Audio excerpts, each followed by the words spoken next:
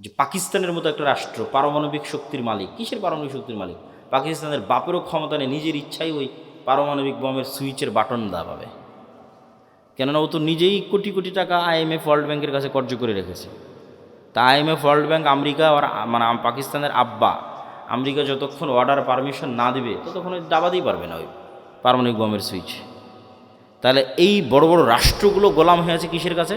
সুদী অর্থনীতির কাছে, সুদী লোনের কাছে। আর এই বেড়াজাল আপনি ভাঙতে পারবেন না, এই সুদী বেড়াজাল আর এই গণতন্ত্রের বেড়াজাল ইমান বিল গায়েব এবং তাওহীদ, এই দুইটার সংমিশ্রণ ছাড়া, ইমান বিল গায়েব এবং তাওহীদের সংমিশ্রণ ছাড়া ভাঙতে পারবেন না। কিভাবে আপনাকে বুঝিয়ে বলি। ইমান বিল গায়েবের এক পরকালমুখী জীবন ব্যবস্থা, বস্তুবাদী নয়, দুনিয়ামুখী নয়। কল্পনা করেন আজকে এই পুরো বাংলাদেশের মানুষ আন্দোলন, মিছিল, মিটিং, ভোট করে আমাকে প্রধানমন্ত্রী বানিয়ে দিল। কল্পনা করেন আমি কালকে বললাম বাংলাদেশে আজ থেকে ইসলামী আইন চলবে। আমার এই ঘোষণার পরেই ভারত এবং আমেরিকা বাংলাদেশকে অর্থনৈতিকভাবে বয়কট করবে না? করবে না? করবে। যেমন ইরানকে বয়কট করেছে, যেমন ভেনেজুয়েলার প্রধানমন্ত্রীকে উঠিয়ে নিয়ে চলে গেছে, তো বয়কট করবে। তো যখন বয়কট করবে তখন এই দেশের যে সুযোগ সুবিধাগুলো আপনি এখন ভোগ করতেছেন, এখন এই যে বিদ্যুৎ চলতেছে, ডলার আসতেছে, প্রবাসীরা কাজ করতেছে, ইউরোপ আমেরিকায় অসংখ্য প্রবাসী আছে, বিজনেস চলতেছে, LC হচ্ছে, কত কি আছে, এগুলো সব একদিনে ডাউন হয়ে যাবে এবং এই ডাউন করার ক্ষমতা তাদের আছে। এই একদিনে যখন ডাউন হয়ে যাবে তখন আপনিও 1 সপ্তাহ 10 দিনের মধ্যে বলবেন রাখো তোমার এই আবদুল্লাহর ইসলাম আর মোহাম্মদ ইসলামের ইসলাম, আমাদের আগের জীবনই ভালো ছিল। কারেন্ট নাই, বিদ্যুৎ নাই, AC নাই, ফ্রিজ নাই, ডলার নাই, টাকা নাই, পয়সা নাই, কিসের ইসলাম? তখন আপনি আবার পরের দিন আন্দোলন, মিছিল, মিটিং করে নামিয়ে দেবেন। তাহলে অন্তত এই দেশের 20% মানুষ যতক্ষণ এই বিশ্বাসের উপর অটল না হবে যে পরকাল আসল, কিসের দুনিয়া, কাদের মতো? আসহাবুল উখদুদ সূরা বুরুজের ওদের মতো। ওয়ামা নাকামু মিনহুম ইল্লা ইউমিনু বিল্লাহিল আজিজিল হামিদ। পুরো একটা সম্প্রদায় আগুনের মধ্যে ঢুকে যাচ্ছে, মা সন্তান সহ আগুনের মধ্যে ঢুকে যাচ্ছে। কি সেই ইমান বিল গায়েব যে শান্ত শিষ্ট আরামের বাড়িঘর রেখে আগুনের মধ্যে জ্বলে মরে যাচ্ছে? কি সেই ইমান বিল গায়েব? ওই ইমান বিল গায়েব হচ্ছে এটা যে ওই আসহাবুল উখদুদ ওরা দেখতে পাচ্ছে, নিশ্চিত দেখতে পাচ্ছে যে আমার সামনে জ্বলন্ত আগুন, এটা আগুন নয়, এটা জান্নাত। বলেন আল্লাহু আকবার।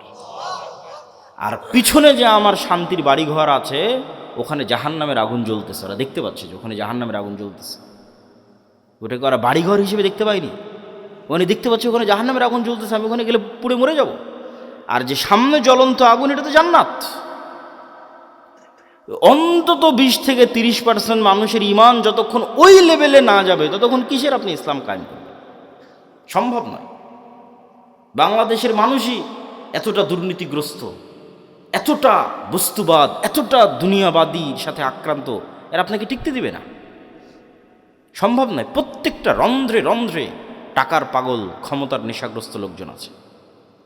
অন্তত 20% থেকে 30% মানুষের ইমান লাগবে ইমান বিল গায়েবে সর্বোচ্চ লেভেলের, পরকালমুখী, দুনিয়া বিমুখ। আর 20-30% মানুষের লাগবে পূর্ণাঙ্গ তাওহীদ। আল্লামা ইকবাল লিখেছেন, ये दौर अपने बराहिम की तलाश में है, যে আজকের যুগের মুসলমানদের সকল সমস্যার সমাধানের একটাই রাস্তা, এই যুগের ইব্রাহিম লাগবে। এই যুগের ইব্রাহিম কোথায়? আজ থেকে 5000 বছর আগে ইব্রাহিম আলাইহিস সালাম এসেছিল, পূর্ণাঙ্গ শতভাগ তাওহীদে বিশ্বাসী। ওই পূর্ণাঙ্গ শতভাগ তাওহীদে বিশ্বাসী ইব্রাহিম কোথায়? আজকের মুসলিম উম্মার মধ্যে ওই ইব্রাহিম লাগবে। তাহলে মুসলমানদের মুক্তির যাত্রা শুরু হয়ে যাবে। হ্যাঁ, আপনাদের মতো যারা আহলে হাদিস এবং সালাফি আছে তারা বড় শিরক, বড় বেদাত থেকে অনেকটাই মুক্ত, কিন্তু পূর্ণাঙ্গ শতভাগ তাওহীদের অনুসারী নয়। কিভাবে এটা আপনাকে বুঝিয়ে বলি যে কেমনে আপনি পূর্ণাঙ্গ শতভাগ তাওহীদের অনুসারী নন। ঠিক আছে, আপনি কবর মাজারে গিয়ে সিজদা দেন না, তাবিজ কবজ ব্যবহার করেন না, কিন্তু এই আপনি বিড়ি সিগারেটে আসক্ত। তাহলে যখন আপনি বিড়ি সিগারেটে আসক্ত তখন আপনার ইলাহ ওই বিড়ি সিগারেট। আমি বলি না, আল্লাহ নিজে কোরআনে বলেছে যে তার নফস ইলাহু হাওয়া, তার ইলাহ হচ্ছে তার নিজের অন্তরের কামনা। ঠিক আছে, আপনি কবরকে ইলাহ মানেননি, কিন্তু ইলাহ তো আপনার নিজের নফসকে বানিয়ে রেখেছে। ইলাহ তো কোনো অবৈধ প্রেমিকাকে বানিয়ে রেখেছে। ইলাহ তো টাকার নেশাকে বানিয়ে রেখেছে। ইলাহ তো ক্ষমতার নেশাকে বানিয়ে রেখেছে। ওই টাকার জন্য আপনি সব করতে পারেন, হালাল হারামের বাস বিচার নাই। ওই ক্ষমতার জন্য আপনি সব করতে পারেন, ওই নারীর জন্য সব করতে পারেন, মনের প্রবৃত্তি পূরণ করার জন্য সব করতে পারেন। তাহলে তো আপনি শতভাগ তাওহীদপন্থী নন। তাহলে তো আপনি ইব্রাহিম আলাইহিসসালাতু ওয়াসসালামের মতো হতে পারলেন না, যে ইব্রাহিম আলাইহিসসালাম এবং ইসমাঈল আলাইহিসসালাম আসলামা ওয়া তাল্লাহু লিল জাবিন, নিজের ইচ্ছার বিরুদ্ধে গিয়ে সন্তানকে জবাই করতেছে, আর সন্তান নিজের ইচ্ছার বিরুদ্ধে গিয়ে জবাই হওয়ার জন্য রাজি হয়ে যাচ্ছে। কেন? সিদ্ধান্তটা আল্লাহর। এটা হলো শতভাগ তাওহীদ, যে আল্লাহর সিদ্ধান্তের সামনে পরিপূর্ণ আত্মসমর্পণ। তাহলে শতভাগ তাওহীদপন্থী 20% থেকে 30% মানুষ, আর ঈমান বিল গায়েবে সর্বোচ্চ স্তরের 20 থেকে 30% মানুষ হওয়া ছাড়া পূর্ণাঙ্গ ইসলামী বিপ্লব সম্ভব নয়। এই দাওয়াত আজকে আমি দিচ্ছি না, এই দাওয়াত শাহ ইসমাইল শহীদ দিয়ে গেছে আজ থেকে 100-150 বছর আগে। ওনার একটাই দাওয়াত ছিল যে আমাদের পূর্ণাঙ্গ ইসলামী বিপ্লবের আগে মানুষকে শতভাগ পূর্ণাঙ্গ তাওহীদে বিশ্বাসী হতে, নাহলে পূর্ণাঙ্গ ইসলামী বিপ্লব সম্ভব নয়। শতভাগ তাওহীদে বিশ্বাসী এবং ঈমান বিল গায়বে ইয়াকিন আছে এরকম 20 থেকে 30% মানুষ লাগবে পুরো বাংলাদেশের। তাহলে এর উপর ভিত্তি করে পূর্ণাঙ্গ ইসলামী বিপ্লব কায়েম হবে। পূর্ণাঙ্গ ইসলামী বিপ্লবের সকল ক্রাইটেরিয়া রেডি আছে, শুধু ওই রকমের যোগ্য মানুষ নাই। তারপরে কি লাগবে? তারপরে আরো 2টা জিনিস লাগবে। এক, আমি পূর্ণাঙ্গ তাওহীদপন্থী মানুষ, ঠিক আছে, আমি পূর্ণাঙ্গ ঈমান বিল গায়ব অর্জন করলাম, ঠিক আছে, কিন্তু নেতা হওয়ার জন্য আরও 2টা জিনিস লাগে। ওই 2টা জিনিস পূরণ না করতে পারলে নেতা হতে পারবেন না। একটা হচ্ছে আল্লাহ সুবহানাহু ওয়া তাআলা এই পৃথিবী যেই ফাংশনের উপর ডেভেলপ করেছে, ওই ফাংশন আপনাকে ইউজ করতেই হবে। তো এই পৃথিবীতে নেতা হওয়ার ফাংশন হচ্ছে জ্ঞান এবং শিক্ষা, এটা আল্লাহই দিয়ে রেখেছে। এখন এই জ্ঞান এবং শিক্ষার বাটন যদি ইহুদি খ্রিস্টান চাপে, তাও ওরা নেতা হয়ে যাবে। এই জ্ঞান শিক্ষার বাটন যদি হিন্দু ডোম চামার ম্যাথর মুচির চাপে, ওরা নেতা হয়ে যাবে। আল্লাহ কখনো তার রুলস ভাঙ্গেন না। এখন এই নাটোর, এই এলাকার নাম কি? নাটোর সাধুপাড়া, এই অঞ্চলের যুবকেরা যদি মদ, বিড়ি, cigarette, TikTok video, YouTube, BPL, IPL, জুয়া, online betting, free fire, PUBG এগুলো নিয়ে ব্যস্ত থাকে, আর ওইদিকে ইসরায়েলের ইহুদি আর ইউরোপ আর আমেরিকার খ্রিস্টান ওরা যদি জ্ঞান অর্জনে ব্যস্ত থাকে ওদের সন্তানেরা, আল্লাহ বলবেন না, আল্লাহ তার রুলস ব্রেক করে বলবেন না যে ইহুদি খ্রিস্টান তোরা থাম, তোদের নেতা বানাবো না। আমার নাটোরের কিছু মদখোর জুয়াখোর বান্দা আছে, ওদের নেতা বানাবো। এটা আল্লাহ করবেন না। নেতা হতে হলে গোলামির জিঞ্জির আপনাকে নিজে হাতেই ভাঙতে হবে, সেটা জ্ঞান এবং শিক্ষা। জ্ঞান এবং শিক্ষায় সর্বোচ্চ স্তর অর্জন করার চেষ্টা ছাড়া নেতা হওয়ার আর কোনো রাস্তা পৃথিবীতে নাই। নেতা হওয়ার এই রাস্তা আল্লাহ নির্ধারণ করেছে। তলুতকে আল্লাহ বলছেন বাস্তাতাং ফিল ইলমি ওয়াল জিসম, যে আমি তলুতকে বানু ইসরাইলের নেতা বানিয়েছি, জ্ঞানে বড় তাই, জ্ঞানে বেশি তাই। আদমকে ফেরেশতা এবং জিনের উপর শ্রেষ্ঠত্ব দিয়েছি, জ্ঞানে বেশি তাই। আল্লাহ সুবহানাহু ওয়া তাআলা নিজের রুবুবিয়ত এবং উলুহিয়তের চ্যালেঞ্জ দিয়েছেন তার জ্ঞান দিয়ে, সবার চেয়ে অসীম জ্ঞানের অধিকারী তিনি।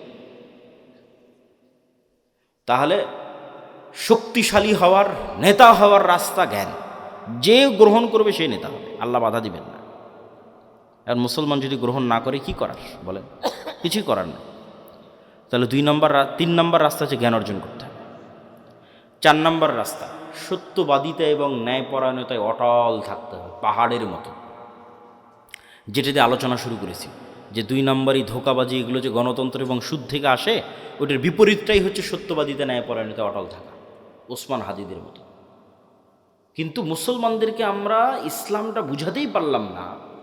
বাংলাদেশের OC, DC, SP, AC land, sub registrar, সচিবালয়ে কত সচিব বসে আছে। আমরা তো বাহির থেকে তো এসে আর আমাদের কেউ গোলাম করতেছে না, আমাদের লোকজনই তো গোলাম, বাংলাদেশের নাগরিকেরাই তো গোলাম, বাহির থেকে এসে কেউ গোলাম করতেছে না তো।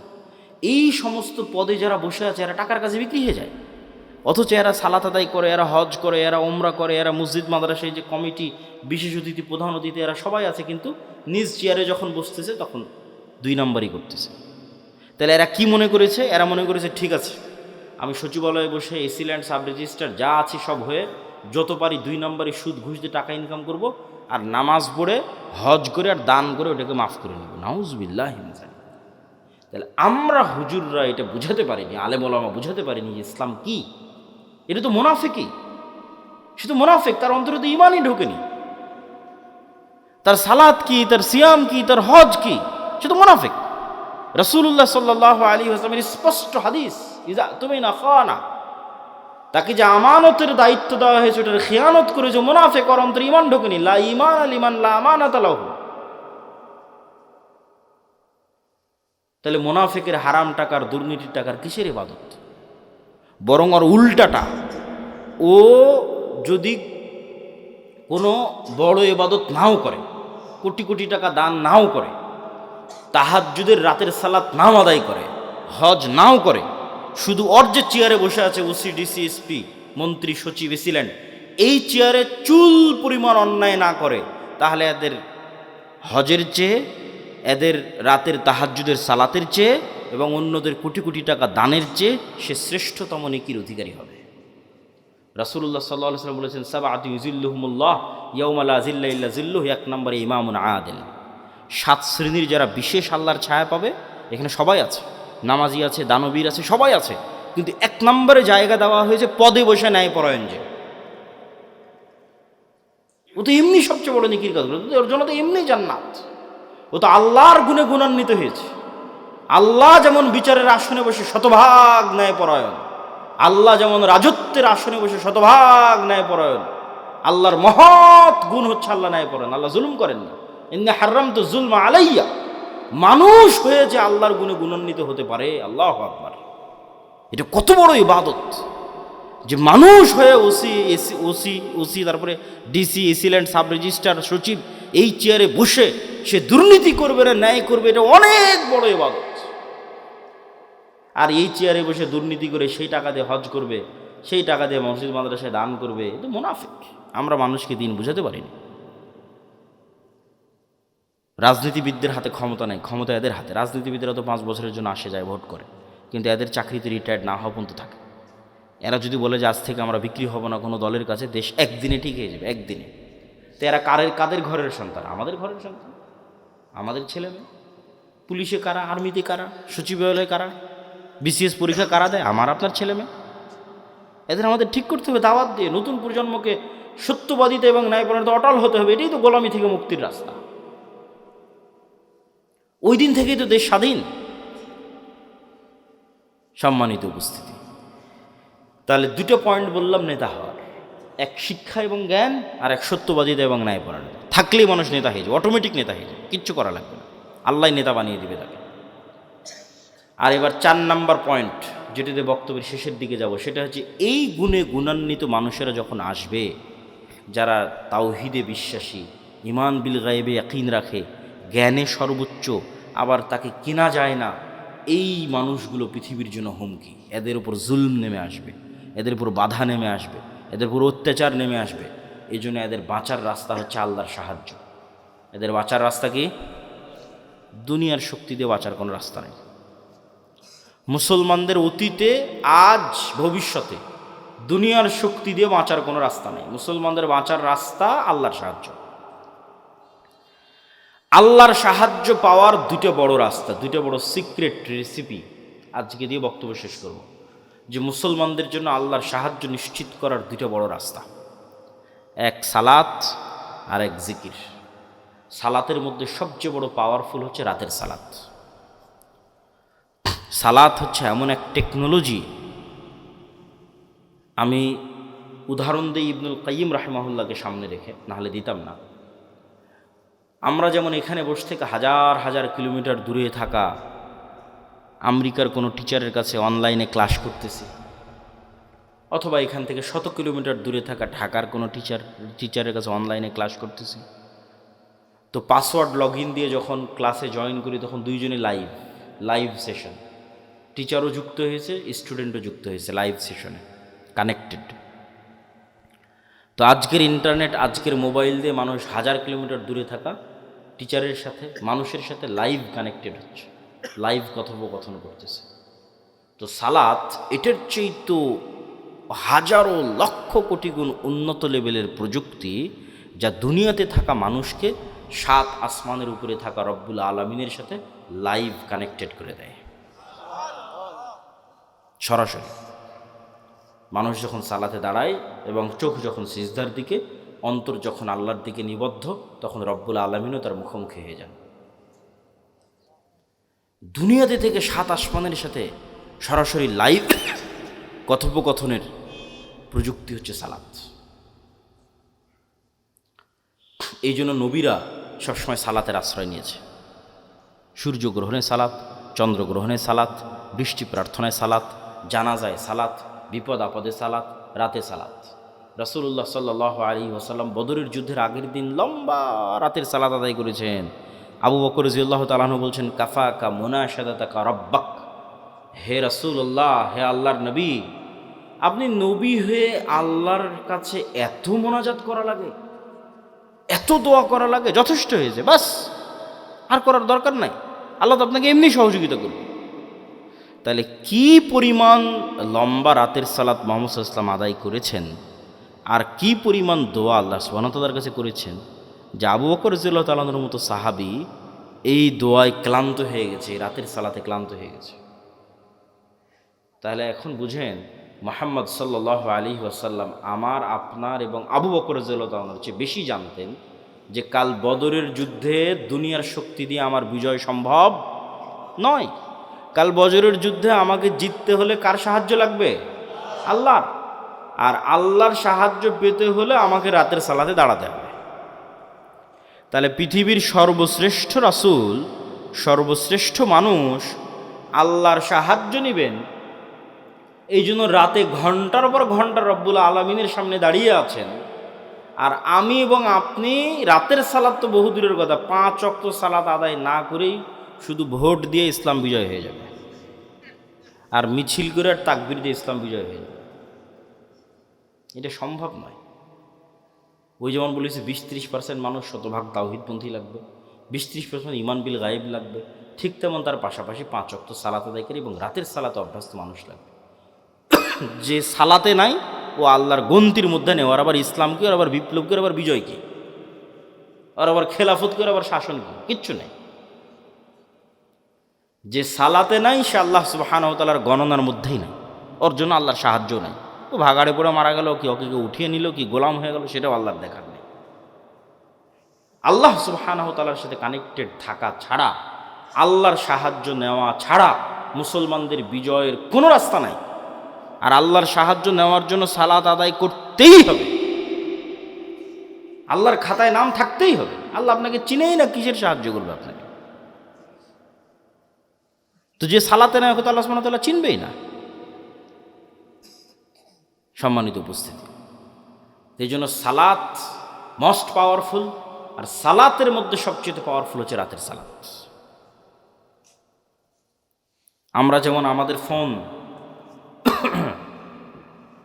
এই যে হাতে ফিঙ্গারপ্রিন্ট দিয়ে ফোন ওপেন হয়ে যাচ্ছে, পাসওয়ার্ড দিয়ে ফোন ওপেন হয়ে যাচ্ছে, ফেস ভেরিফিকেশন দিয়ে ফোন ওপেন হয়ে যাচ্ছে, 5 স্টার হোটেলে গেলে কার্ড পাঞ্চ করলে ওপেন হয়ে যাচ্ছে। তো এগুলো সব লক ওপেন হওয়ার সিস্টেম পৃথিবীতে। তো কল্পনা করেন যে আমরা পৃথিবীর অত্যাধুনিক প্রযুক্তির একটা দরজার সামনে দাঁড়িয়ে আছি। এর চেয়ে অত্যাধুনিক প্রযুক্তির দরজা পৃথিবীতে নাই। ওই দরজা ওপেন করতে হলে বিভিন্ন varieties type of password use করতে হয়। যেমন নির্ধারিত সময়ে আসতে হয়, নির্ধারিত সময় ছাড়া খুলে না। আবার নির্ধারিত ফরম্যাট ছবি, পিকচার ওখানে আপলোড করা আছে, ওইটার সাথে মিলতে হয়। আবার ওই প্রতিটা ফরম্যাটের সাথে নির্ধারিত সাউন্ড আছে, ওটাও মিলতে হয়।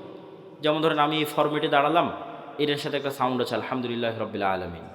রুকুর ফরম্যাটে দাঁড়ালাম, ওটার সাথে একটা সাউন্ড আছে সুবহান রাব্বিল আযীম। টাইম মিলতে হবে, ফরম্যাট মিলতে হবে, আওয়াজ মিলতে হবে, তারপরে ওই দরজাটা খুলবে, তার আগে দরজা খুলবে না। তো এইরকম সালাত এর চেয়েতেও টপ লেভেলের উন্নত প্রযুক্তি, যা রব্বুল আলামিনের সাহায্যের দরজা, রব্বুল আলামিনের সাথে যোগাযোগের দরজা উন্মুক্ত করে দেয় হচ্ছে সালাত। এই সালাত ছাড়া আমাদের বাঁচার কোনো রাস্তা নেই, সালাত ছাড়া আমাদের উদ্ধার হওয়ার কোনো রাস্তা নেই। 2 নম্বর হচ্ছে জিকির।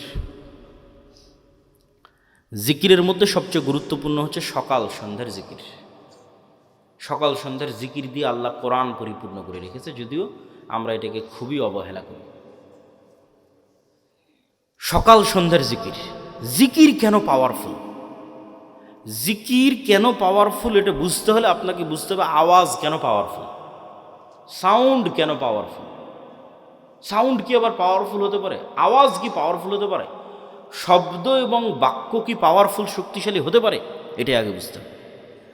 আজকের আধুনিক সভ্যতা টিকে আছে, এই যে ক্যামেরা, এই যে মোবাইল, কম্পিউটারে টিকে আছে এই আলোর তরঙ্গের মধ্যে ডাটা ট্রান্সফার করার ক্ষমতা, এটার উপর। আমি এখানে বলতেছি, আমার এই কথাটা আলোর মধ্যে দিয়ে এই মোবাইল হয়ে, নেটওয়ার্কের টাওয়ার হয়ে আমেরিকায় গিয়ে এখন বাজতেছে, ইউরোপ, সৌদি, কুয়েত, কাতার, ঢাকা, রাজশাহী থেকে এখনই বাজতেছে। তো এই যে এই আলো যে আমার এই কথা বহন করতে পারে, ডাটা ট্রান্সফার করতে পারে, এটা আমরা জানতাম না, মানুষ জানতো না, এটা আগে থেকেই ছিল। ওটা আমরা জেনে কাজে লাগাতে পেরেছি, এটাই আমাদের আধুনিক সভ্যতা, এটার উপরে টিকে আছে। আর একটা প্রযুক্তি যেগুলোর ধারে কাছে বিজ্ঞান নাই, কিন্তু এটা সবচেয়ে উন্নত প্রযুক্তি, সেটা হচ্ছে শব্দভিত্তিক, আওয়াজ ভিত্তিক প্রযুক্তি, যেটার কিছু জ্ঞান আল্লাহ সুলাইমান আলাইহিসসালামকে দিয়েছিলেন। কিছু জ্ঞান, যেমন আমি এতক্ষণ যে চিল্লাচ্ছি, আমি কিন্তু শব্দ এবং আওয়াজই উচ্চারণ করতেছি। এখানে যদি একটা চাইনিজ বসে থাকতো, ও খেলে আওয়াজই শুনতে পেত। আবার এখানে বসে একটা চাইনিজ বক্তব্য দিত, আপনি খেলে আওয়াজই শুনতে পেতেন, তাই নয় কি? সেটাই। তাহলে ঠিক কোনো এক স্টাইলের আওয়াজ উচ্চারণ করলে ওই পিঁপড়াও বুঝবে, সেই স্টাইলের আওয়াজ আমি জানি না। কোনো এক স্টাইলের আওয়াজ উচ্চারণ করলে পাখিও বুঝবে, আমি জানি না। কোনো এক ফরম্যাটের আওয়াজ উচ্চারণ করলে গরু বুঝবে, আমি জানি না। আবার গরুর ওই ফরম্যাটের আওয়াজের কী অর্থ আমি জানি না। যেমন অন্য একটা ভাষা আমার কাছে গরুর আওয়াজের মতোই আওয়াজ মনে হয়, সেই। কিন্তু এই জ্ঞানটা আল্লাহ কাকে দিয়েছিলেন? সুলাইমান আলাইহিসসালামকে দিয়েছিলেন। এটাই সাউন্ড টেকনোলজি। সুলাইমান আলাইহিসসালাম তার দরবারে বলতেছে, রানী বিলকিসের সিংহাসন নিয়ে আসতে হবে। ক্বালা ইফরিতুম মিনাল জিন, ইফরিত নামক জিন দাঁড়িয়ে বলল, আমি এই সিংহাসন নিয়ে আসবো, আপনি যে বসে আছেন এই বসে থেকে দাঁড়ানোর পূর্বে সিংহাসন নিয়ে আসবো। এই কথা সুলাইমান আলাইহিস সালামের পছন্দ হয়নি। সুলাইমান আলাইহিস সালাম আরো দ্রুত চান। আল্লাযী ইনদাহু ইলমুম মিনাল কিতাব, তখন আরেকজন বলল, ওই আরেকজন জিন না মানুষ তা কোরআনে উল্লেখ নাই। কোরআনে এভাবে উল্লেখ আছে যে যাকে আল্লাহ কিতাবের জ্ঞান দিয়েছিলেন সে বলল। যাকে আল্লাহ কিসের জ্ঞান দিয়েছিলেন? কিতাবের জ্ঞান দিয়েছিলেন, সে বলল চোখের পলক পড়ার পূর্বে রানী বিলকিসের সিংহাসন আপনার সামনে উপস্থিত হয়ে যাবে। আল্লাহু আকবার। তো আয়াতের বিবরণের আন্দাজে বলতেছে যে জিন চেয়েছিল গায়ের শক্তিতে আনতে, ইফরিত চেয়েছিল গায়ের জোরে যত দ্রুত আনা যায়, উড়ে যাব, উড়ে নিয়ে আসবো। আর আল্লাযী ইনদাহু ইলমুম মিনাল কিতাব, যার কাছে কিতাবের জ্ঞান ছিল, গায়ের জোরে আনেনি, জ্ঞানের জোরে এনেছে। আমি মনে হয় বুঝাতে পারলাম না কথা, কি আমার বুঝতে পারছেন? কোরআনের ধারা বিবরণীতে বোঝা যাচ্ছে যেই লোক চোখের পলকে নিয়ে আসলো, এ গায়ের জোরে আনেনি, কিসের জোরে এনেছে? জ্ঞানের জোরে। সে জ্ঞান কি? কিতাবের জ্ঞান। কিতাবের সে বিশেষ জ্ঞান কি? কিছু কিছু মুফাসসির লিখেছে যে কিতাবের জ্ঞান হচ্ছে লাউহে মাহফুজের বিশেষ কিছু জিকির তার জানা ছিল। বলেন আল্লাহু আকবার, আল্লাহু আ'লাম। কিন্তু জ্ঞানের উপর ভিত্তি করে সেই কাজটা করেছে। তো বিশেষ কোনো সাউন্ড, বিশেষ কোনো জিকির যেটা ব্যবহার করে সে চোখের পলকে ওই সিংহাসনকে ওখান থেকে উঠিয়ে সুলাইমান আলাইহিস সালামের কাছে নিয়েছে, যেই জ্ঞান কিতাবের জ্ঞান, বিশেষ কোনো কিতাবের জ্ঞান তার কাছে ছিল। তো sound most powerful all over the world, সবচেয়ে পাওয়ারফুল। আল্লাহ সুবহানাহু ওয়া তাআলা পৃথিবী ধ্বংস করার যে সিস্টেম তৈরি করেছেন, সেই সিস্টেম আওয়াজ ভিত্তিক।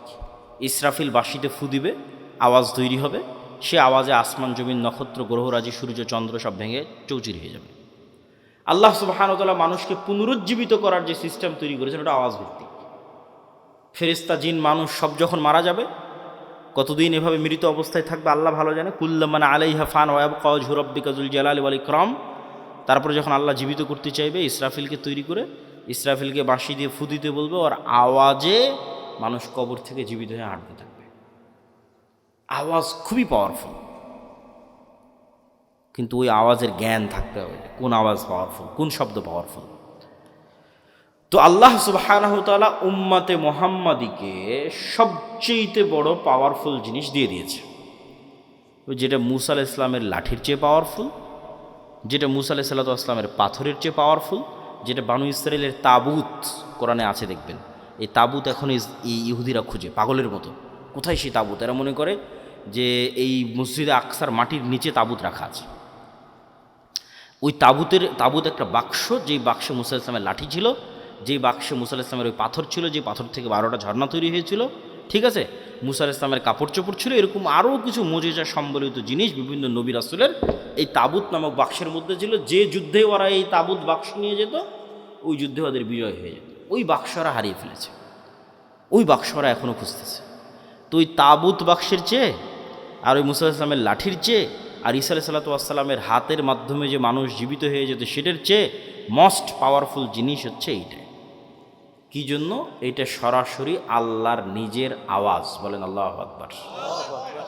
কোরআন সরাসরি আল্লাহ সুবহানাহু ওয়া তাআলার নিজের সাউন্ড, আল্লাহর শব্দ, আল্লাহর বাক্য, যা জিব্রাইল হয়ে মুহাম্মদ সাল্লাল্লাহু আলাইহি ওয়াসাল্লাম হয়ে আমাদের পর্যন্ত পৌঁছেছে। আল্লাহু আকবার।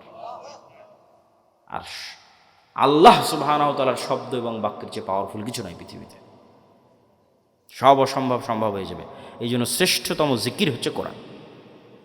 পৃথিবীর সব অসম্ভব সম্ভব করা সম্ভব আল্লাহ সুবহানাহু ওয়া তাআলার জিকির দিয়ে। সম্মানিত উপস্থিতি, বক্তব্যের শেষের দিকে চলে এসেছে। আজকে যা আলোচনা আপনাদের সামনে করতেছি, এই প্রায় সব আলোচনাই আমার আল্লাহর পথে যাত্রা এই বইয়ের মধ্যে লেখা আছে, দলিল সহ। আজকে তো অত দলিল আলোচনা করতে পারলাম না।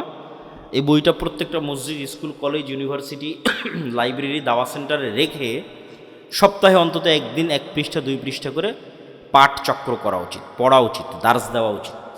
এর সাথে কোনো দল মত কোনো কিছুর সম্পর্ক নাই। সব মুসলমানের জন্য, জানার জন্য, জ্ঞান অর্জনের জন্য, ঈমান বিল গায়ব এবং তাওহীদে ইয়াকিন তৈরি করার জন্য, এবং মুসলমানদের গোলামি থেকে আজাদির জন্য কি দরকার তা জানার জন্য প্রত্যেক মসজিদ, প্রত্যেক মাদ্রাসা, স্কুল, কলেজ, ইউনিভার্সিটি, দাওয়া সেন্টার, লাইব্রেরিতে রেখে অন্তত প্রতি সপ্তাহে 1-2 পৃষ্ঠা করে পড়া উচিত।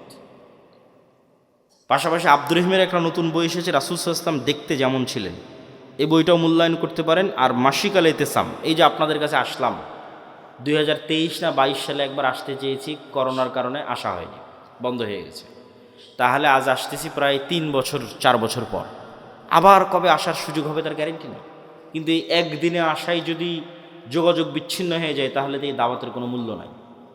এই সম্পর্কটা হতে হবে স্থায়ী, আর স্থায়ী হওয়ার সবচেয়ে বড় মাধ্যম হচ্ছে মাসিক আল ইতিসাম। এই মাসিক আল ইতিসামে আমি নিজে নিয়মিত 3টা প্রবন্ধ লিখি, অন্যরা তো লেখেই, আমি লিখি 3টা। এই জন্য মাসিক আল ইতিসাম এখানে নিয়মিত আসার উদ্যোগ আপনাদের নিতে হবে। এখানকার যুবক সমাজ, মসজিদের কমিটি হোক, মাদ্রাসার উদ্যোক্তা হোক, অন্তত 5 কপি 10 কপি এখানকার জ্ঞানী, স্কুল, কলেজ, ইউনিভার্সিটি, প্রাইমারি, বিদ্যালয়, যা যেখানে আছে শিক্ষিত মানুষ, তাদেরকে দিয়ে পড়ানোর চেষ্টা করা এবং নিজেরাও পড়ার চেষ্টা করা। 2 নম্বর, আমাদের সাথে স্থায়ী যোগাযোগের মাধ্যম হচ্ছে মক্তব। আমাদের 700 মক্তব আমাদের কাছে ট্রেনিং নিয়েছে। আপনাদের এলাকার মক্তবের শিক্ষকদের আমাদের ট্রেনিংয়ে পাঠাবেন, এবং আমাদের সিলেবাস এই জিনিসগুলো ছোটোবেলায় বাচ্চাদের মাথায় না দিলে, আপনাদের মধ্যে 1 ঘন্টা বক্তব্য দিয়ে লাভ নেই। বুড়া মানুষকে দিয়ে বিপ্লব হবে না। আমাদের নতুন প্রজন্মকে তৈরি করতে হবে, এই জিনিসগুলো তাদের মাথায় এখন থেকেই দিতে হবে। আর এটার জন্য শুধু মাদ্রাসায় 2% ছেলে মেয়েকে পড়িয়ে লাভ হবে না। শতভাগ মুসলমানের সন্তানের মাথায় দেওয়ার জন্য শতভাগ মসজিদে মক্তব লাগবে, এবং সেটা যদি আমাদের সিলেবাসে হয়, তাহলে আমরা এটাকে সবচেয়ে বেস্ট মনে করি। আর 3 নম্বর, এরকম মাদ্রাসাগুলোকে সহযোগিতা করার জন্যই রবেদাতুল মাদারিস সালাফিয়া, এক ব্যতিক্রম প্রশিক্ষণের আয়োজন করলাম আমরা রবেদাতুল মাদারিস সালাফিয়া থেকে। জামিয়া সালাফিয়ার অধিভুক্ত হওয়ার মাধ্যমে যে প্রায় 65-70 শিক্ষা প্রতিষ্ঠান আমাদের অধিভুক্ত হয়েছে, তাদের 150-র কাছাকাছি শিক্ষক 1 সপ্তাহব্যাপী বিভিন্ন জ্ঞান এবং শিক্ষা কেন্দ্রিক তারা ট্রেনিং পেয়েছে আমাদের কাছে জামিয়া সালাফিয়া। আমাদের কাজই হচ্ছে শিক্ষা এবং জ্ঞান কেন্দ্রিক একটা বিপ্লব বাংলাদেশে তৈরি করা, জ্ঞান এবং শিক্ষা ছড়িয়ে দেওয়া। তো এই বিভিন্নভাবে জামিয়া সালাফিয়ার সাথে, দাওয়া ইলাল্লাহর সাথে, মাসিক আল ইতিসামের সাথে আপনাদের স্থায়ী সম্পর্ক তৈরি হলে সেটাই হবে প্রকৃত কাজ, প্রকৃত অর্থে কাজ। তো আমরা আলোচনা করছিলাম জিকির কেন শক্তিশালী, তার লাস্ট পয়েন্ট। লাস্ট দুটো পয়েন্ট খুব ভালো লাগবে, অধৈর্য হওয়ার কিছু নাই। জিকির কেন শক্তিশালী? লাস্ট পয়েন্ট, আল্লাহ সুবহানাহু ওয়া তাআলা বলছেন ইউসাব্বিহু লিল্লাহি মা ফিস সামাওয়াতি ওয়া মা ফিল আরজ। আসমান জমিন এবং তার মধ্যে যা কিছু আছে, এই টিস্যু, এই লিফলেট, এই প্যান্ডেল, এই জামা কাপড়, এই মাটি, এই ক্যামেরা, লাইট, সব 24 ঘন্টা আল্লাহর তাসবিহ পাঠ করতেছে। আল্লাহু আকবার। এবং এই তাসবিহ পাঠের আওয়াজ হচ্ছে, এটাই তো আওয়াজ, আওয়াজ কেন্দ্রিক প্রযুক্তি। আপনি যেমন পিঁপড়ার চলার আওয়াজ শুনতে পাচ্ছেন না, এরকম এদের তাসবিহ পাঠের আওয়াজ শুনতে পাচ্ছেন না। কিন্তু এই পিঁপড়ার চলার আওয়াজ তো 10 কিলোমিটার দূরে থাকা হাতিও শুনতে পাচ্ছে, কিন্তু আপনি তো পাচ্ছেন না। আল্লাহরই কিছু প্রাণী আছে যারা পিঁপড়ার চলার আওয়াজ শুনতে পাচ্ছে। এটা আমাদের শ্রবণ শক্তির ঘাটতি, এই জন্য তো এটা গায়েব। এই জন্য তো গায়েবের জ্ঞান আল্লাহ কোরআনে দিয়েছে, এটা গায়েবের নলেজ। আল্লাহ বলতেছে এগুলো সব তাসবিহ পাঠ করতেছে, তোমরা জানো না, এটাই তো গায়েব। এটার উপরে তো আমাদের ইয়াকিন দেয়। যতদূর পর্যন্ত আজানের আওয়াজ যায়, সব জীবজন্তু, জড়বস্তু, জড় পদার্থ, কীট পতঙ্গ, পঙ্গপাল সব আজান বুঝে এই আজানের পক্ষে কি আমাদের মাঠে সাক্ষী দিবে। তাহলে এরা তাসবিহ বুঝে, আবার আমি যখন সুবহানাল্লাহ বলতেছি তখন এটাও বুঝতেছে। এই টিস্যু পেপার আমার সুবহানাল্লাহ বুঝে, কেন ও নিজেও সুবহানাল্লাহ পড়তেছে। এটাই গায়েব।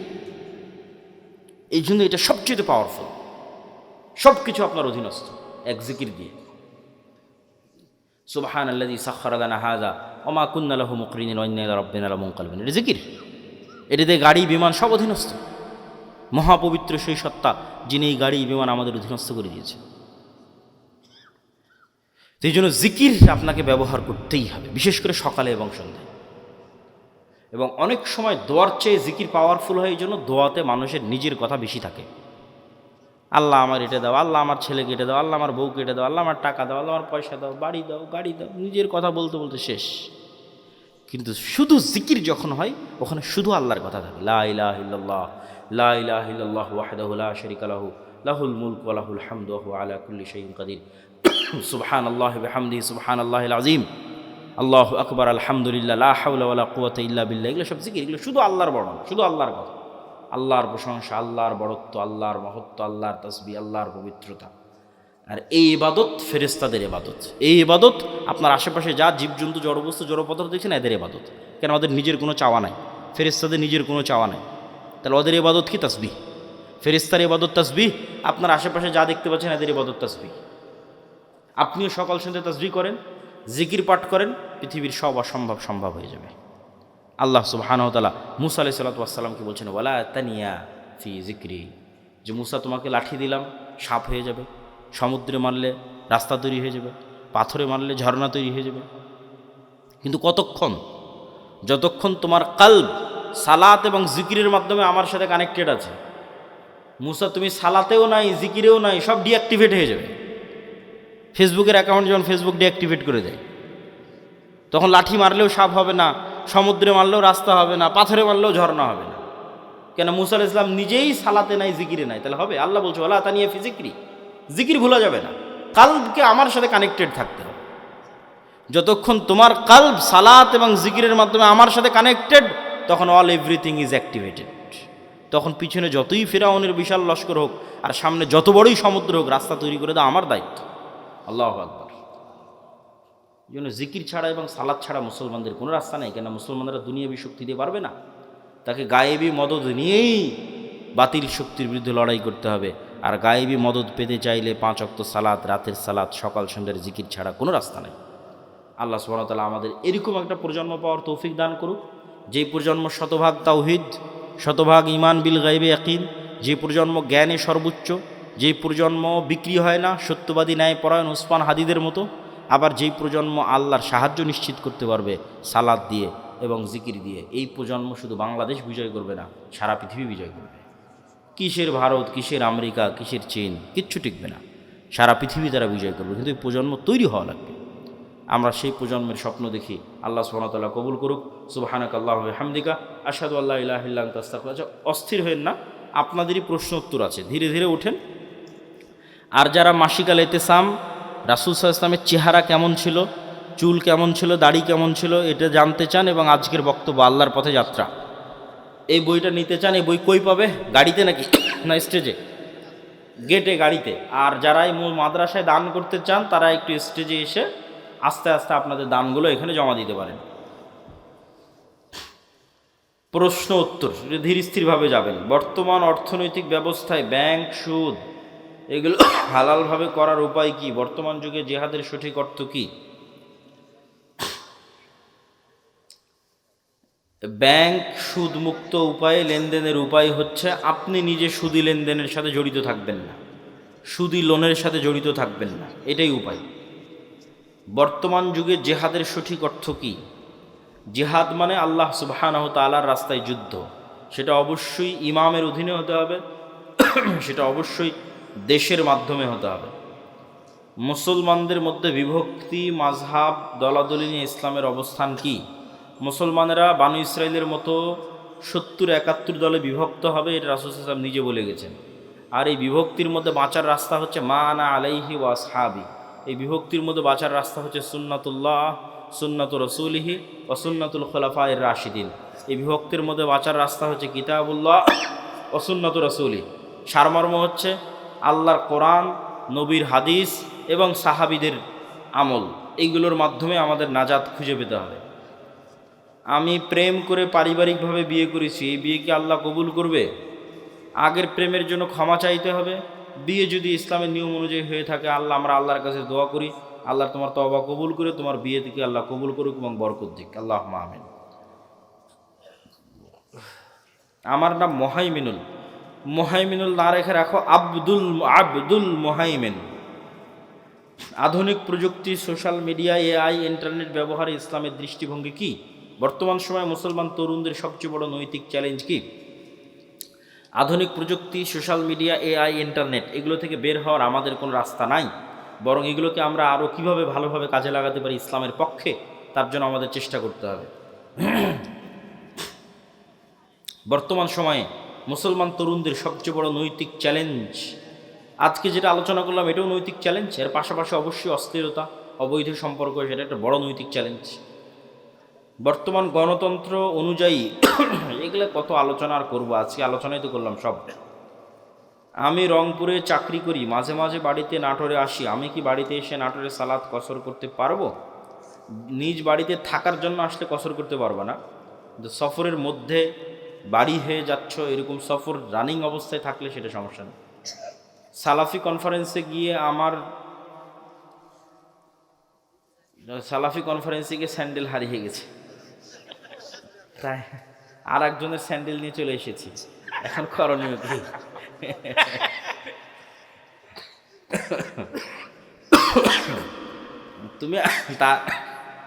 তুমি তার নামে কিছু অর্থ দান করে দিও আল্লাহর রাস্তায়, এখানে আর করণীয় বলার মতো কিছু নাই। আসলে অর্থনৈতিক ইবাদত দিয়ে এই ধরনের ছোটোখাটো ভুল ত্রুটি থেকে বাঁচতে হবে, যেটা বক্তব্যের শুরুতে বলেছি।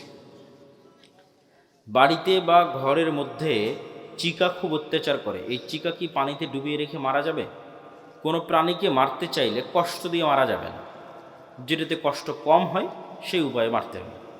বিরক্তিকর কষ্টদায়ক প্রাণীকে আল্লাহ নবী মারার অনুমতি দিয়েছেন, সাপ, বিচ্ছু এগুলোকে রাসূল সাল্লাল্লাহু আলাইহি ওয়াসাল্লাম মারার অনুমতি দিয়েছেন, কিন্তু কষ্ট দিয়ে নয়, আগুনে জ্বালিয়ে নয়। ইসলাম কি নারী শিক্ষাকে সমর্থন করে? বর্তমান সমাজের প্রয়োগ কেমন হওয়া উচিত? রাসূল সাল্লাল্লাহু আলাইহি ওয়াসাল্লামের যুগে আয়েশা রাদিয়াল্লাহু তাআলা আনহার কাছে ওমর রাদিয়াল্লাহু তাআলা এবং সাহাবীরা যেতেন মাসলা মাসাইল ফতোয়া নেওয়ার জন্য। তাহলে একটা নারী কী পরিমাণ জ্ঞানের অধিকারী হলে দ্বিতীয় খলিফা ওমরের মতো জ্ঞানী মানুষ আর আব্দুল্লাহ বিন আব্বাস, আব্দুল্লাহ বিন ওমরের মতো জ্ঞানী মানুষেরা তার কাছে যায় যে এটা বুঝতে পারতেছি না, এটার মাসলা কী হবে বলে দেন। তাহলে নারীদের জ্ঞান অর্জনের পথে বাধা হলে তো সেটা ইসলামের প্রথম যুগেই বোঝা যেত। বরং নারীরা জ্ঞানী হলেই তারা তাদের সন্তান সন্ততিকে ভালোভাবে মানুষ করতে পারবে, কিন্তু কোন জ্ঞান অর্জন করতেছে, কিভাবে অর্জন করছে, এটা হলো দেখার বিষয়। জ্ঞান অর্জন করতেই হবে, কোন জ্ঞান? যদি জ্ঞান হয় অশ্লীলতার, সেটা তো আমাদের সমাজকে ধ্বংস করে দেবে। যদি জ্ঞান হয় ফ্রি মিক্সিংয়ের মাধ্যমে, তাহলে ওই জ্ঞানের তো কোনো দাম নাই। ইজ্জত নষ্ট করে, লজ্জা নষ্ট করে, শালীনতা নষ্ট করে জ্ঞানের কোনো দাম নাই। লজ্জা এবং শালীনতা বজায় রেখে দিনের জ্ঞান এবং পাশাপাশি প্রয়োজনীয় দুনিয়ার জ্ঞান। একাই জবাই করতে পারবে, মেয়েরাও জবাই করতে পারবে, কোনো সমস্যা নেই। বিসমিল্লাহ আল্লাহু আকবার বললে পৃথিবীর সব প্রাণী হালাল, যা পৃথিবীর যে সমস্ত প্রাণী হালাল তার সবই হালাল বিসমিল্লাহ আল্লাহু আকবার বললে। আধুনিক ফ্যাশন ও পোশাকের ক্ষেত্রে পর্দার সীমা কোথায়? পর্দার সীমার নির্ধারণ হবে লজ্জার উপর ভিত্তি করে। মানুষের লজ্জা কতটুকু, মানুষের লজ্জা কতটুকু, এটাই নির্ভর করতেছে এই বিষয়টা নির্ধারণ করার জন্য। আপনি যদি সৌদি আরবে যান, আপনি যদি আফগানিস্তানে যান, তাহলে প্যান্ট শার্ট পরে ঘুরতেও আপনাকে লজ্জাবোধ হতে পারে, কিন্তু বাংলাদেশে আপনাকে প্যান্ট শার্ট পরে ঘুরতে লজ্জাবোধ হবে না, ইউরোপ আমেরিকা লজ্জাবোধ হবে না। তাহলে লজ্জার মাত্রাটা কোন লেভেলে আছে। আবার বাংলাদেশে দেখা যাচ্ছে কেউ যদি হাফ প্যান্ট অথবা 3/4, বিশেষ করে হাফ প্যান্ট পরে ঘুরে, তাহলে লজ্জাবোধ হতে পারে। কিন্তু ভারতেই যদি যান হাফ প্যান্ট পরে ঘুরেন, কোনো লজ্জা নেই। ইউরোপ আমেরিকায় যান, সবাই হাফ প্যান্ট পরে ঘুরতেছে, কোনো লজ্জা নাই। তাহলে এটা লজ্জার মাত্রার উপর নির্ভর করতেছে, 1 নাম্বার। 2 নাম্বার, আল্লাহ সুবহানাহু ওয়া তাআলা যে সীমা দিয়েছে সেটা তো আছে। আল্লাহ পুরুষদের জন্য যে সীমা দিয়েছে সেটা তো আছে, নারীদের জন্য যে সীমা দিয়েছে সেটা তো আছে। কিন্তু সেটার উপরেও যে আপনি বোরখা কেমন পড়তেছেন, আটোশোটো পড়তেছেন কিনা, মুখ ঢাকতেছেন কিনা, এগুলো সব নির্ভর করতেছে অন্তরের লজ্জার উপর। তো লজ্জাশীলা হওয়াটা অন্তরের বিষয়। আপনি বোরখা পরে পুরুষ মানুষের সাথে কথা বললেন, এটা তো পর্দা হলো না। তাহলে তো আপনি পর্দা বুঝলেন না, আপনি মনে করলেন পর্দা মানে পোশাক। পর্দা মানে তো পোশাক নয়, পোশাক পর্দার একটা অনুষঙ্গ, এবং বেপর্দা অনেক বড় শাস্তি। আদম আলাইহিস সালাতু ওয়াস সালাম এবং হাওয়া আলাইহিস সালাতু ওয়াস সালামকে জান্নাতে সর্বপ্রথম শাস্তি দেওয়া হয়েছে উলঙ্গ হওয়ার মাধ্যমে, জামা খুলে নেওয়ার মাধ্যমে। এটা অপমান, কিন্তু আমরা ওই শাস্তি ও অপমানটাকে নিজেদের জন্য সাজসজ্জা এবং ফ্যাশন বানিয়ে নিয়েছি। তাহলে আমাদেরকে আল্লাহ এবং আল্লাহ রসুলের সীমা বুঝতে হবে, এবং ওই সীমার প্রয়োগ হবে অন্তরের তাকওয়া এবং অন্তরের লজ্জা অনুযায়ী। যে মেয়ে যত লজ্জাশীলা, সে তেমন ঢিলে ঢালা পোশাক পরবে, সে তত পুরুষ সমাজ থেকে নিজেকে দূরে রাখার চেষ্টা করবে, পুরুষদের সংমিশ্রণ থেকে। নামাজরত ব্যক্তির কতটুকু সামনে দিয়ে চলাচল করা যাবে? নামাজরত ব্যক্তির সামনে দিয়ে একটা ছাগল চলাচল করে চলে যাবে, এরকম একটা দূরত্ব বজায় রেখে, তথা 2 হাত বা 3 হাত এরকম একটা দূরত্ব বজায় রেখে চলাচল করা যাবে। তবে সেক্ষেত্রে সূত্রা ব্যবহার করা সবচেয়ে ভালো, এবং নামাজি যখন সালাতে দাঁড়াবে তখনই তিনি সূত্রা দিয়ে সালাতে দাঁড়াবেন, এটা সবচেয়ে উত্তম। মূল কথা হচ্ছে সালাত আদায়কারীর যেন ডিস্টার্ব না হয়। আর সম্পূর্ণরূপে নিষিদ্ধ হচ্ছে তার সিজদার জায়গার মধ্যে দিয়ে অতিক্রম করা। সিজদার জায়গার মধ্যে দিয়ে অতিক্রম করলে সালাত ছেড়ে দিয়ে ওর সাথে মারামারি লেগে যেতে হবে। যে সিজদার জায়গার মধ্যে দিয়ে অতিক্রম করবে, সালাত অবস্থায় তার সাথে ফাইট হবে, মানে তাকে শক্তভাবে বাধা দিতে হবে, সে যেন সিজদার মধ্যে দিয়ে অতিক্রম না করতে পারে, কেননা সে আস্ত শয়তান যে সিজদার মধ্যে দিয়ে অতিক্রম করতেছে। সালাত আদায়কারী ডিস্টার্ব হয় না, এরকম দূরত্ব বজায় রেখে যেতে হবে। আমাদের কর্জে হাসানা প্রজেক্ট সম্পর্কে একজন জানতে চেয়েছে। এটা আমাদের একটা পরীক্ষামূলক প্রজেক্ট, যদিও উদ্যোগটা অনেক সুদূর প্রসারী। আমরা এখনও আমাদের পরিচিত লেভেলের মধ্যেই কর্জে হাসানা দিচ্ছি, এবং যারা কর্জে হাসানা ফান্ডে জমা রাখতে চাচ্ছে তাদেরটা জমা নিচ্ছি। ধীরে ধীরে আমরা এটা বাড়াবো ইনশাল্লাহ। এক পরিবারে ছেলে ও ছেলের বউ নামাজ পড়ে না, ওই ছেলের খাবার খাওয়া যাবে, পোশাক পরা যাবে। মেয়ে সালাত পড়ে না, তার পোশাক দিলে পরা যাবে। মেয়ে জামাই শুধু খায় এবং ঘরে খাবার খাওয়া যাবে। সালাত যদি একদমই না পড়ে, মানে 5 ওয়াক্ত সালাতেও নাই, জুমার সালাতেও নাই, তাহলে এটা পরিপূর্ণরূপে কাফের, এতে সন্দেহের কোনো অবকাশ নেই। খাতামাল্লাহু আলা কুলুবিহিম, আল্লাহর অন্তরে মোহর মেরে দিয়েছে। সালাতে অবহেলা করে, ওয়াইলুল লিল মুসাল্লিন আল্লাযীনা হুম আন সালাতিহিম সাহুন, পড়ে নিয়মিত নয়, চেষ্টা করে, বাদ চলে যায়, এরকম ব্যক্তিকে সরাসরি কাফের বলা যাবে না, ফাসেক বলতে হবে। তার সাথে খাবার গ্রহণ করা যাবে। আর একদমই সালাতের কোনো নামগন্ধ নাই, এরকম মানুষের বাড়িতে যাতায়াত করা, তাদের বাড়িতে খাওয়া দাওয়া করা উচিত নয়, বরং বয়কট করাই উচিত। আসসালামু আলাইকুম। আসসালামু আলাইকুম শায়েখ। মাগরিবের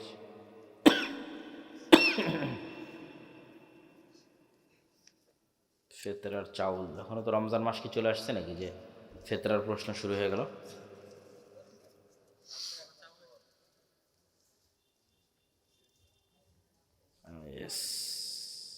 ইসলামী ব্যাংক ডিপিএস, ঠিক আছে। প্রশ্ন তো মোটামুটি শেষ। আমরা বৈঠক শেষের দোয়া পড়ি। সুবহানাকা আল্লাহুম্মা ওয়া বিহামদিকা আশহাদু আল্লা ইলাহা ইল্লা আংতা